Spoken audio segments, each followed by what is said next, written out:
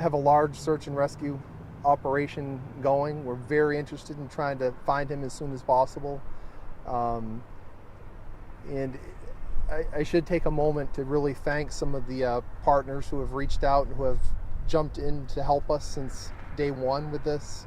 The Warden Service, of course, with their expertise in search and rescue, and the command staff and CID from Brunswick PD, Freeport PD, Maine State Police, Border Patrol, the Federal Bureau of Investigation. I know I'm leaving some out, but we have a lot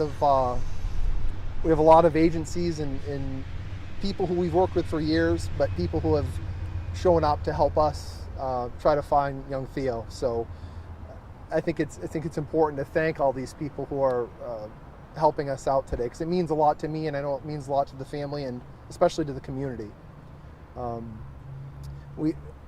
As I have the last couple of times I've appeared before you, I want to put out a plea to the public that we are still extremely interested in the Flying Point, Freeport, Flying Point, Pleasant Hill corridor, moving into Bunganuck and Brunswick.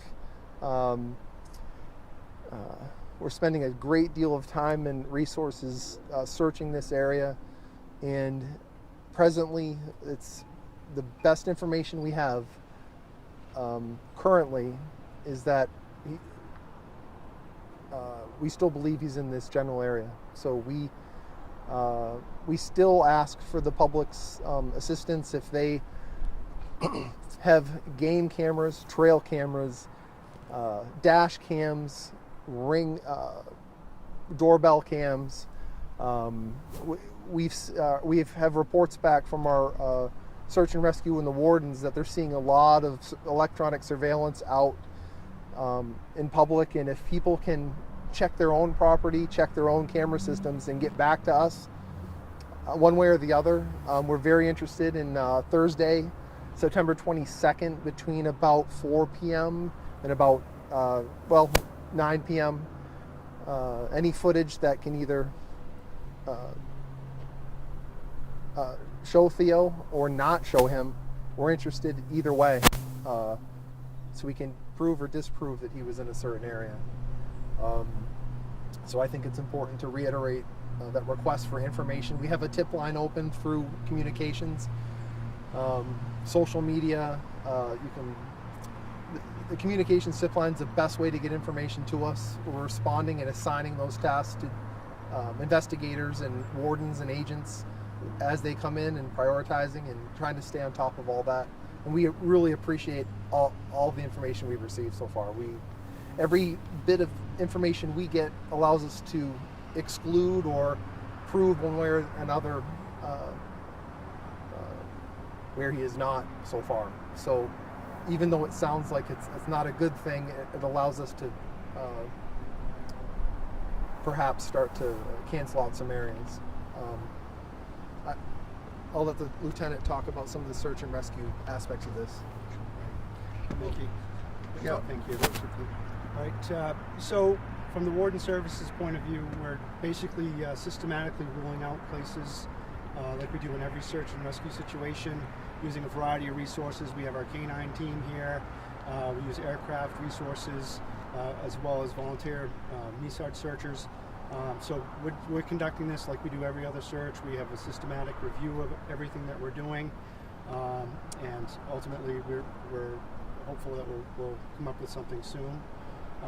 But like the chief said, if somebody in the public has game cameras out, and they can check those just to let us know if they've recorded anything in that general area, that would assist us. So right now we're just going to keep focusing our efforts on doing what we can. And if we have any new change in something, we'll certainly let you guys know. So. I was just going to say, I assume both of you have been involved in your share of missing person searches, and I just wonder, based on your experience, if this one is falling into the realm of something you would call more difficult, more challenging than a typical search. Well, I just, first of all, I've done this for 29 years. There's no typical search. Everyone has its own challenges. This one's no different than that. But again, a lot of times we have a tip from the public. Somebody has some intel or something that they let us know. That seems to help, but as far as everyone's different, from the one that lasts 3 hours to the one that lasts 3 days.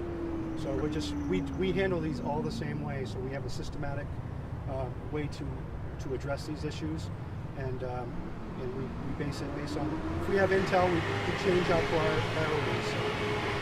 Is there anything about it that makes it unusual? I can't hear that. Understanding that every search is different, is there anything about this particular search that makes it unusual? I'm sorry, I did not catch that. Sorry. It's too loud. Understanding that each search is different, is there anything about this particular situation that's unusual? Well, I can't speak specifically, but we have a large area of water and heavy canopy on land, so that's unique, I guess, and Yeah, I just there's nothing I guess I can really say about it, but it's the terrain is not easy terrain to. it's not friendly. It's labor training. intensive. Yeah, it's not friendly training right now, and so we have a lot of area that we've covered. But again, we're trying to make sure there's no gaps in our coverage, and we use a lot of different computer programs that assist us in how we can document what gets done. So, but it's hard to compare different searches. There's just so many different dynamics to every different one you do. But at this point, we're just going to keep on heading forward, and somebody out there hopefully has some intel that they can give us. Like the chief said, there's a contact number. We all want the same result here. We all want to do it as soon as possible. The community outpouring has been great here in Freeport. So again, if we have other intel that comes up or information, we'll reach out as soon as we can. So can you talk about today's search at all? As far as I think you would have the boats out there searching some boats that are parked out there, docked out there, and also what areas you're working in today, and if the canine is going to break. Yeah, we've had, and I didn't mention it, and I apologize. We've had Marine Patrol, wardens, Brunswick, Freeport. We've had Marine assets in place since early morning, the day of, when we all got activated. So they've been in place the whole time, and I forgot to mention that. But certain factors sometimes make it more difficult. We had a lot of wind the first day into the second day. So when you have rough water, it makes everything slows down a little bit. Rain causes things to slow down. Darkness causes things to slow down as far as territory that we can cover. So they've actually been involved since day one. We've actually used a lot of drone technology. We've had canine teams. I think we're up to about 16 canine teams that have been helping us over the course, and we run them in shifts, and as their command staff sees fit. They all need periods of rest, but they're in play all the time, and they're rotated on a constant basis. Can you talk about the other aspect of this investigation, which is looking at the circumstances that led up to his disappearance? Have you had success reaching cell phone providers, social media companies, looking at text messages, talking to a family, the separate investigative things that look at why and how this may have occurred? What can you tell us? I can't speak to specifics about that side of the investigation, just because a lot of the technical side of it is a little more slow going than the actual search and rescue side of it. Have you gotten those things back yet? We are working towards we're looking at all of those, everything you just listed off. We are looking at every aspect of this, any information that will help us move closer to finding him. We're sifting through that, and we have people tasked to writing subpoenas, writing search warrants, drafting anything that we need to try to obtain information. And that aspect is a little slower than the actual search and rescue component, but we all work in conjunction together. Have you got any clarity on his state of mind on Thursday afternoon? Was he upset about something? Was there any conflict that had occurred in his family or his personal life? We don't have anything that would lead us to believe that that's a significant issue at this time. Mental health concerns? Has that been discussed with the family? We've talked about a lot of different aspects, but I really can't get into the nuts and bolts of that side of the investigation right now. Without those specifics, do you have a clear idea of why he may have walked away? No, I do not think so. Not right now. You mentioned on Saturday that there were a number of tips which in part dictated the way that the search unfolded over the weekend. Is there any insight into the nature of those tips and how they helped you specifically? I mean, the tips are, that's an area that is just so nuanced and there's so much information flowing in. It's its own science. We have a completely separate area to handle tips just because they're so all over the board. So to get into that would just be not productive, and we assign things to agents and wardens as they come in, and we check them off the list. We check everything, but we have to prioritize. So it's not fruitful to get into that realm.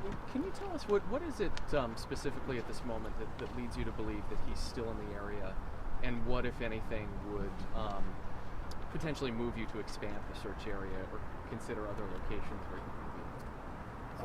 We have the eyewitness testimony that we have, and from people calling in, and our wardens, agents, and officers interviewing people.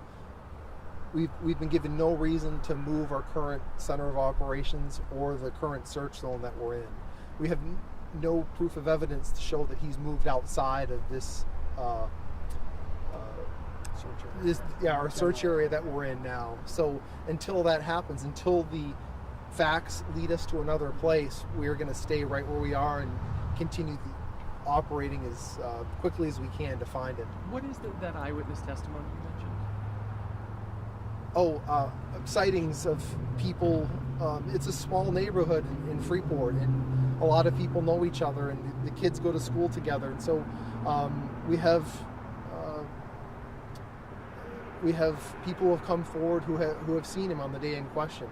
So the investigators are all working on putting that aspect of this search together, always working towards bringing Theo home.